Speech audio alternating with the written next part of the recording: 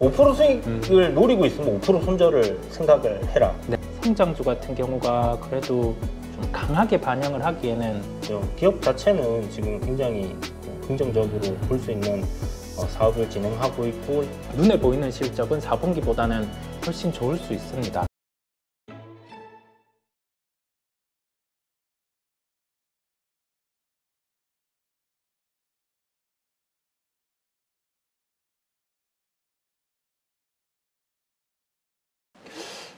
말씀해 주시는 분들 보면 뷰노 얘기가 많거든요. 뷰노 같은 경우가 저도 오전에 봤었는데 뷰노.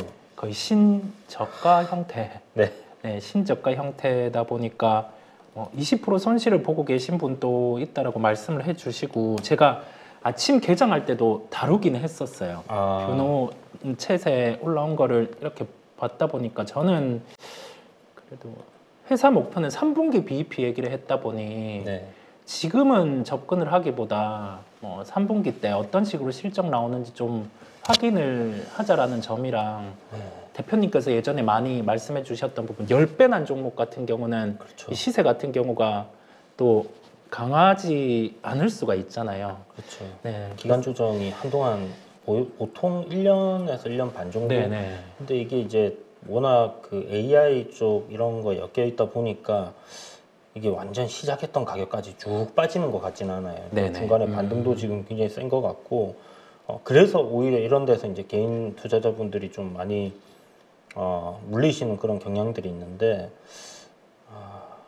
그래서 지금은 이거를 보면 안 되겠죠, 사실. 네네. 시장의 중심에 있는 부분이 아니고 이미 그 대표님, 임 대표님 계실 때 말씀하신 거 설거지. 네네. 약간 저는 그런 구간이다라고 생각합니다. 여기서 다시 한번 이 저점 자리를 이탈시키지 않고 방향을 돌려서 지금 저항을 만들어 놓은 36,000원대를 돌파해 주는 그림이 나온다라면 그러면 여기서는 이제 뭐 방향을 단기적으로 이렇게 돌리는 그런 흐름으로는 볼 수 있거든요. 네네. 근데 그런 모습이 안 나온다라면 조금 쉽진 않을 것 같아요. 그래도 일단 뭐 보시는 것처럼 저점단의 어떤 지지를 해줄 수 있는 구간에 놓여 있기 때문에 여기서 반등은 한번 기대해 볼 수는 있는데 글쎄요, 그 가능성이 좀 낮지 않겠나 하는 생각이 많이 듭니다.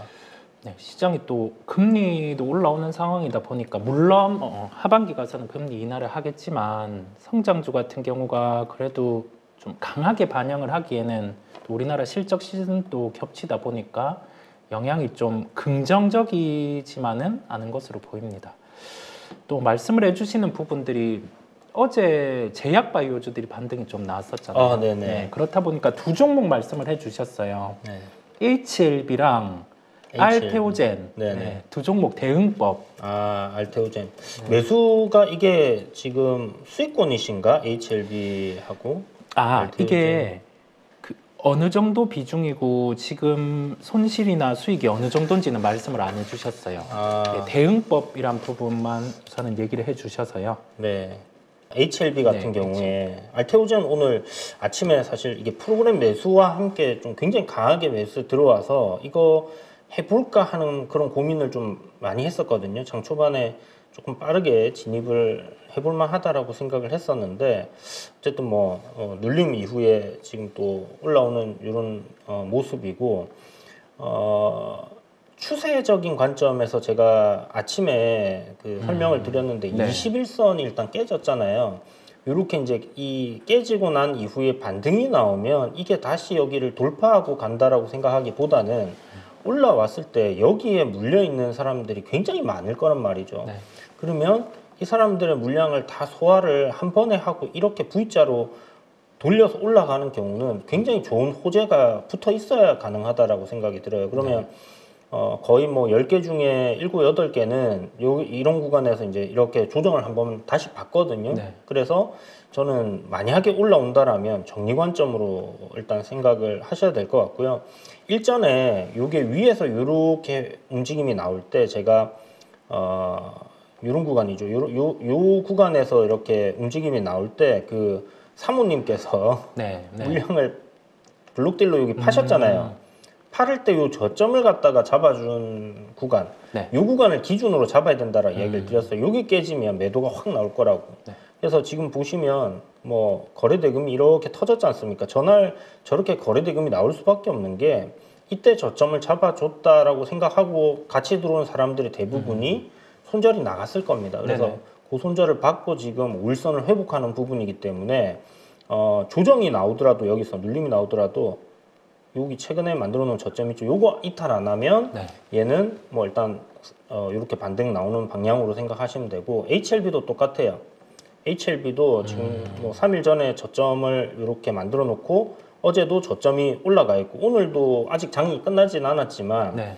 뭐 어제 저점보다 위에서 마무리를 해준다. 거래량도 죽인다. 그러면 5일선 돌파 이후에 눌림이라고 볼 수 있는 부분이기 때문에 어느 정도의 반등은 나올 겁니다. 저는 한 21선까지는 올라올 것 같거든요. 네. 그런 구간에서 일단 만약 아래에서 잡으신 거면 뭐 차익 실현을 한 그쯤 한다 생각해 두시면 좋고 그게 아니면 손절을 하셔야 되겠죠. 손절 관점으로 그렇게 보시면 좋을 것 같아요. 근데 HLB는 사실 일정이 잡혀 있어가지고 네네. 5월 16일. 근데 아마 올랐다가 또 빠지고 이렇게 하면서 이제 기간 조정을 좀 거치지 싶어요. 그래서 그런 추세적인 흐름을 좀 보고 대응을 하셔야 되지 싶습니다. 우리가 제약바이오 같은 경우 뭐 다 다른 업종도 그렇겠지만은 우리가 가지고 있으면은 좀 확증 편향이 강해지는 좀 뭐 긍정만 보려고 하는 시각들이 있을 수 있는데 그래도 기술적인 측면에서 딱 포인트들을 짚어주셔서 아마 대응하시기에 좀 더 편할 것으로 보입니다. 종목들 같은 경우의 얘기들은 뭐 지금 제약바이오 쪽 얘기도 나왔었고 이제 IT 쪽 같은 경우도 오늘 특이한 게 뭐 EUV 소재들 네네. 일부 다 같이 봤는데 움직이더라고요. 그러니까요. 이 종목들이 좀 올라오는데 FST 같은 경우 FST가 오늘 원금에 도달을 하셨다고 해요. 신고가. 야, 네. 그럼 바로 탈출해야죠. 바로, 아닌가? 저는 일단 이게 물려 있었는데 지금 이렇게 올라왔는데 매수가 올라왔다. 네네. 그러면 일단 탈출하고 볼 것 같습니다. 네네. 물론 뭐 그런 얘기 하시는 분들이 있어요. 그러니까 개인이 돈을 못 벌지. 본전오면 판다. 근데 지난번에도 말씀드렸지만 이거 밸류적으로 싸다는 생각 절대 안 드는 종목이고 뭔가 오늘 사실 이렇게 이 정도로 2천억 넘게 거래대금이 터진 거는 뭔가 있어서 터졌을 거라는 생각이 들거든요. 네네. 그리고 전고점 돌파하면 상방으로 갈 가능성은 뭐 조정 한두 번 받고 또 갈 수도 있다는 생각은 해요. 네. 하지만 만약에 오랜 기간 이렇게 물려 있었다면 저는 일단 탈출을 하고 다시 매수를 하더라도 그렇게 할 것 같아요. 네.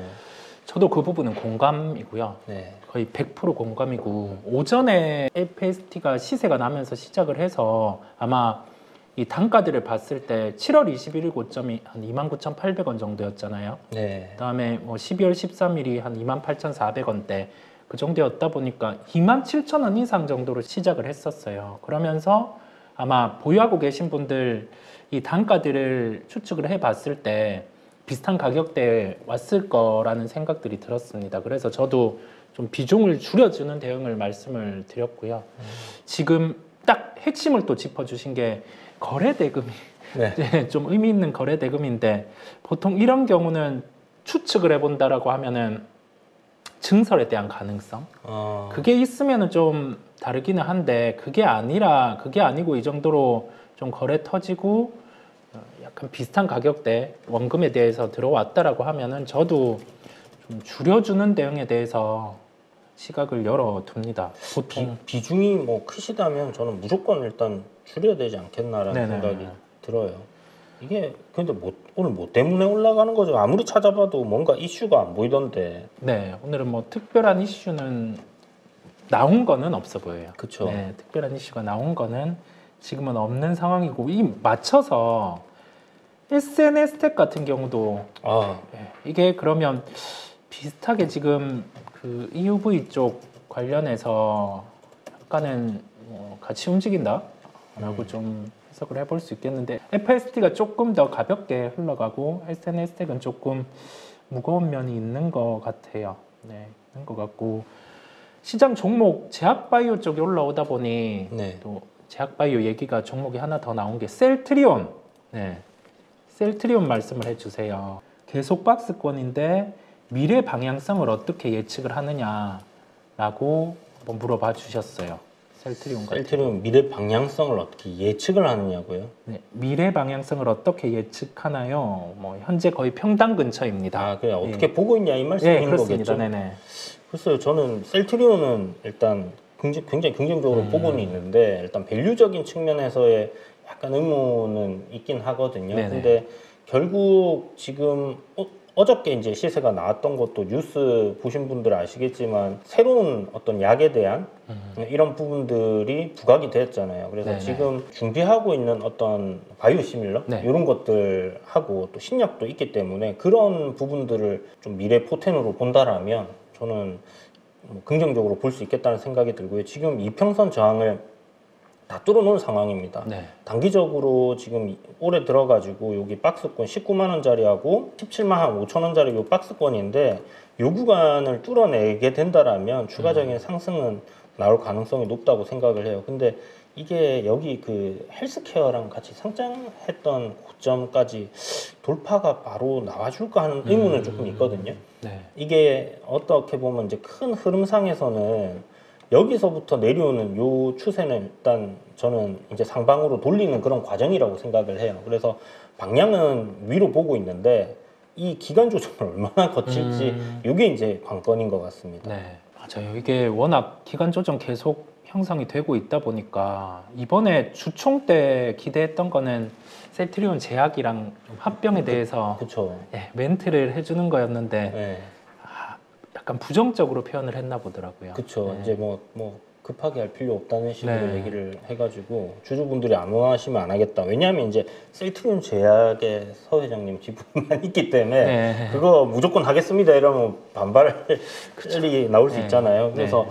좀 그렇게 얘기를 한 것 같은데 뭐 저 기업 자체는 지금 굉장히 뭐 긍정적으로 볼 수 있는 사업을 진행하고 있고 실적도 잘 나오고 있으니까 네. 이게 너무 고가권에 있는 것만 아니면 저는 괜찮다 생각이 들고요. 혹시나 이게 뭐 조정이 나온다 그러면 뭐 이렇게 그 박스권 역사적인 저점 자리들 있잖아요. 지금 한 5에서 6년 정도 이런 구간에 와서 다시 방향을 돌리는 시점에는 추가 매수를 좀 하시는 것도 좋겠다라는 생각이 들어요. 지금 단계에서는 일단 박스권 돌파 여부 지켜봐야 될 것 같습니다. 네, 박스권 돌파 여부. 아까 에코프로 BM을 누가 잠깐 물어보셨거든요. 네, 에코프로 BM. 이게 마이너스 3.6%인데 손절할까요? 이렇게 물어보셨던 것 같아요. 네. 2차 전지 마이너스 3.6% 마이너스 손절해야 할까요? 어떻게 생각하십니까, 이사님?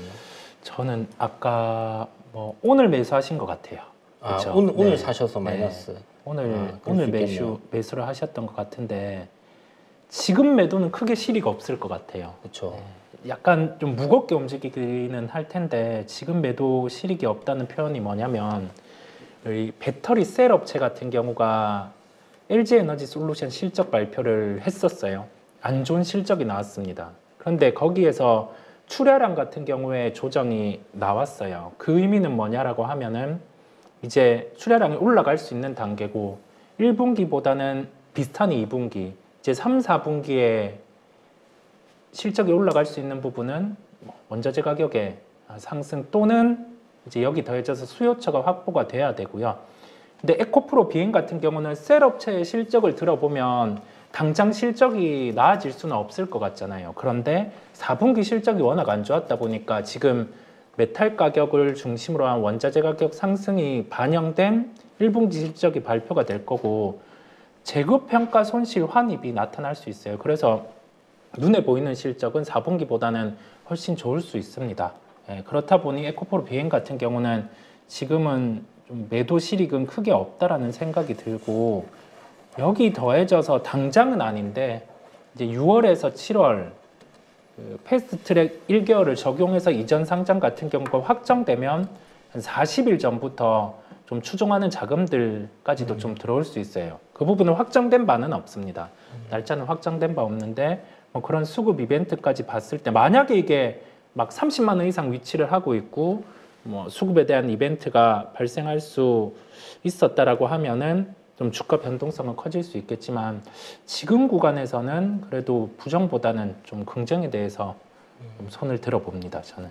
저도 오늘 거래량을 좀 죽이면서 지금 네. 조정은 받고 있지만 거래량 죽이면서 이렇게 마무리된다라고 하면 내일쯤 다시 한번 돌릴 수도 있지 않겠나 하는 뭐 위치인 것 같아요. 그리고 기술적으로 봤을 때 어떤 뭐 23만 5천 원짜리, 6천 원짜리 이런 구간에서 요 갭 하락했다가 반등을 주다가 여기서 밀렸기 때문에 요 자리가 이제 저항인데 이걸 뚫어냈잖아요. 그러면 이런 구간에서 이제 저점을 잡아주는 뭐 그런 그림이 나오는지를 보고 일단 내일까지는 한번 기다려 볼 것 같습니다. 그리고 손실포 아까 3.5%라고 하셨는데 한 5% 정도 잡거나 아니면 아예 이거 여기 깔끔하게 기준 잡는 거는 어제 저점이거든요. 어제 저점 이탈하면 글쎄요 뭐 기술적으로 요 트렌드 계속 하락 추세 이어진다라고 생각을 하고 네. 그냥 정리하는 게 맞지 싶어요. 그래서 뭐 어떤 산업에 대한 부분들 생각하시면서 좀 전에 얘기해 주셨던 거 생각하시면서 이제 나중에 추가 매수를 하신다 생각하면 끌고 갈 수는 있겠지만 그게 아니라 이제 어떤 이 방향을 돌리는 거에 대한 기술적인 접근을 하신 거라면 좀 전에 이야기 드렸던 그런 포인트들 생각하시면서 손절가 잡고 보시고요. 뭐 전 반등 나오면 여기서 글쎄 한 26만 원 정도까지 갭 하락 나온 구간까지는 올릴 것 같거든요. 단기적으로는. 네. 그러면 뭐 큰 수익은 아니지만 그래도 좀 수익을 볼 수 있는 구간은 있으니까 잘 대응을 하시면 좋을 것 같습니다. 이렇게 생각하시면 좋아요. 내가 어떤 종목 진입해서 한 5% 수익 이게 한 5% 정도 요거 올라갈 것 같아. 네. 10% 정도 저항 자리까지 해서 수익이 날 것 같아 하면 손절은 좀 짧게 가고 수익은 크게 보면 좋긴 한데 네. 이거 도둑놈심보거든. 5% 수익을 노리고 있으면 5% 손절을 생각을 해라. 네, 그다음에 네. 10% 수익을 노릴 것 같으면 10% 손절을 해라. 이런 얘기가 있어요. 그래서 네. 그런 부분들을 여러분들이 한번 좀 생각을 해보시면 좋을 것 같습니다. 조금 더 뭐 한 1대2 비율로 이렇게 좀 생각을 하시면 그런 식으로 계속 접근을 하시면 이제 50%가 조금 안 되더라도 승률이 계좌는 우상향 할 수 있기 때문에 그렇게 한번 대응을 해보시길 바랄게요. 프로텍이 네. 지금 몇 분이 여쭤보셨거든요. 네. 지난번에 그 다 지나간 뉴스인데 일단 아래 꼬리를 쫙 말고 올렸는데 역시나 이렇게 이제 꼬리 안에서 지금 이 움직임이 나오고 있습니다. 근데 이거 사실 글쎄요, 저는 마이너스 22%라고 하시는데 이런 구간에서 지금 돌리는 시점에서 딱 사신 것 같거든요. 저항을 돌파할 거다라고 보시고 사셨던 것 같아요. 근데 기업의 밸류로 본다라면 네. 지금 예전에 비해서는 사실 항상 저평가되어 있던 종목이었는데 네네. 이 HBM 이슈 붙으면서 이제 시세가 좀 크게 나왔고 지금 시총이 4,600억이에요. 그런데 이 종목이 지금 반도체 사이클이 돌고 있잖아요. 네네. 돌아서 이제 좋아지고 있는 상황이기 때문에 컨센이 잡혀 있는 것 자체가 지금 올해 530억, 내년에 640억입니다. 그러니까 이전에 반도체가 정상적인 시점, 그러니까 뭐 반도체 사이클이 이렇게 완전 바닥을 치는 이 시점 말고 좀 무난했던 좋았던 시절을 생각하면 500에서 600억을 벌던 기업이거든요.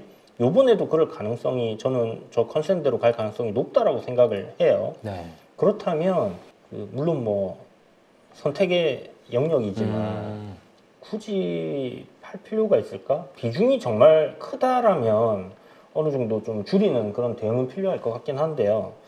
그게 아니라면 저는 일단 뭐 가치 투자로 해볼 만한 종목이고 반도체 사이클도 또 돌아서 올라오고 있기 때문에 반도체 관련 종목들 다 실적 괜찮게 나오면서 점진적으로 이렇게 계속 좋아지면 결국은 다시 올라오지 않을까. 크게 손실을 확정지을 필요가 없는 종목이지 않을까라는 생각은 들거든요.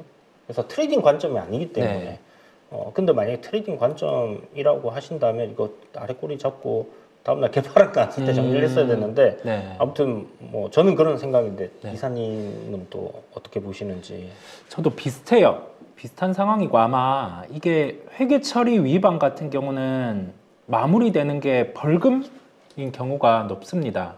그런데 이게 어느 정도 벌금 규모가 나오고 여기에 대해서 소외 제기 형태가 좀 나타날 수 있다 보니까 주가는 좀 이런 흐름이 연출이 되고 있고요. 저도 동일하게 아예 그냥 이날 시세 나는 게 시가 정도 이상으로 마무리가 됐다라고 하면은 조금 더 좋은 흐름이었을 텐데 그런 흐름이 못 나타났고, 그러면서 기관 투자자 같은 경우는 이런 이슈가 있는 종목을 저는 좀 덜어내야 되는 부분이 있다 보니까 지금은 이런 현상이 펼쳐지고 있습니다. 저도 아까 말씀해 주신 부분, 뭐 매수에 대한 부분은 동의를 하고요. 그 와중에 아마 좀 약간 기관 매도 같은 경우가 마무리되는 그런 관점에서 주가는 반등이 나올 것으로 보여요. 왜냐하면 실제 계속 기업, 그러니까 거래와 관련된 부분의 이슈는 이 부분은 영향을 안 미치기 때문에 저도 동의를 합니다.